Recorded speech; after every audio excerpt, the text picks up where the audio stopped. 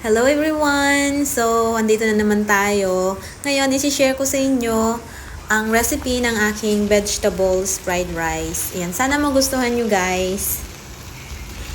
Ayan. Gusto ko lang i-share sa inyo to.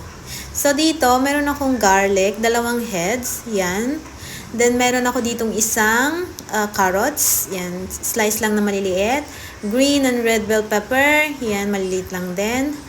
Green peas, 1 can, 3 dahon ng Baguio Pechay, spring onions, at toge. Yan. Then, meron din tayo ditong luncheon meat. Kahit anong brand, okay lang. Kahit maling, okay lang din. Then, so, ayan na guys. Magluluto na tayo. Naglagay nga pala ako ng oil sa ating kawali. Then, iuna natin iluluto ang ating egg. Yan, 3 eggs to guys. Yan. Pag okay na siya, isi-set aside lang natin yung egg. Then, next natin i-fry ay ang ating luncheon meat. Yan.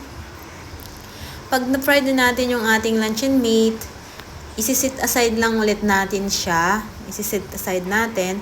Then, ilalagay na natin yung ating bawang.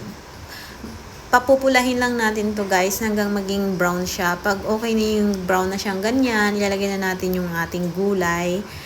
Green peas, carrots, red and green bell pepper. Yan ang uunahin natin. Tapos, lulutuin lang natin to saglit.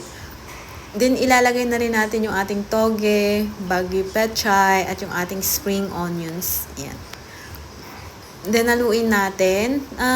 Lulutuin lang natin to ng bahagya, guys. Yan. Then, maglalagay tayo dito ng liquid seasoning. Magic sarap. Yan. Then, dito, ilalagay na natin yung ating luncheon meat at saka yung egg. Yan. Haluin. Yan. Pwede na natin dito, guys, ilagay yung ating rice.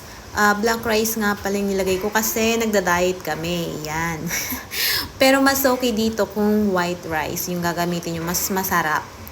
Kaso nga, diet kami. So, black rice yung ginamit ko. Pero, mas masarap talaga kung white. Then, naglagay ako ng konting asin para may lasa. Yan. Then, lulutuin lang natin to ng mga 5 minutes. O kahit mga 10 minutes sa mahinang apoy lang, guys. Yan.